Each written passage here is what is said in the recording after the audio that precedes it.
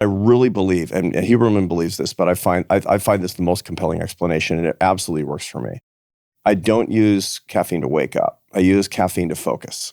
Because what I want is I actually want circulating adenosine to metabolize and to clear endogenously. And I want lots and lots of clarity, plenty of open parking spots for the adenosine receptors that I can then fill 2 to 3 hours after I wake up with caffeine. And this will give me, this is just modafinil.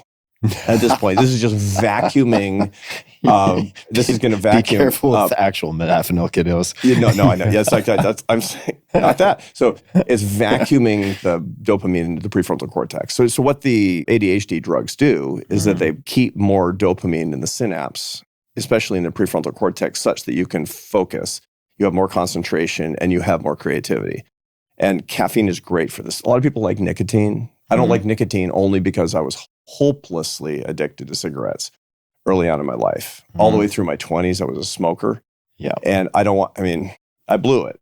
Well, a lot of people are step-by-step blowing it also with first microdosing nicotine, and then lo and behold, since it's sort of dance partners in addictive potential with heroin. Yeah.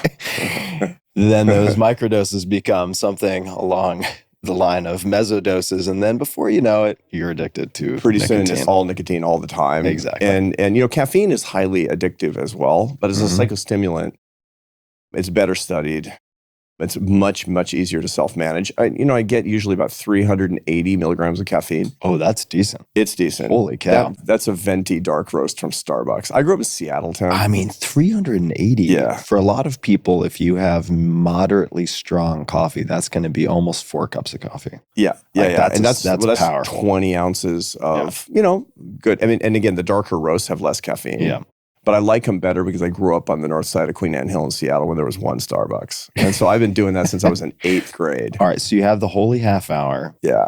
And then after the holy half hour, you haven't had any caffeine up to that point. And now it's 7:15 in the morning. All right. Now so I'm back from mass. Now what do you do? I brew the coffee. All right. And I know how to brew coffee. Now, do you have the 380 in a mega dose, or is that titrated over time? No. In a mega dose, that usually it takes me about 45 minutes to drink. Oh my God. Half an hour to 45 minutes to drink.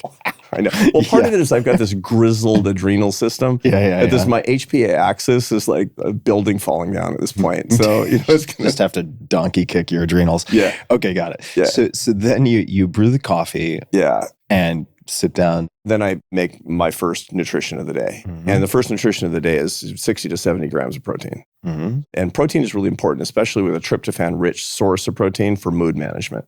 And I'm not eating a turkey leg or something like that. I'm not, like Henry VIII, for that.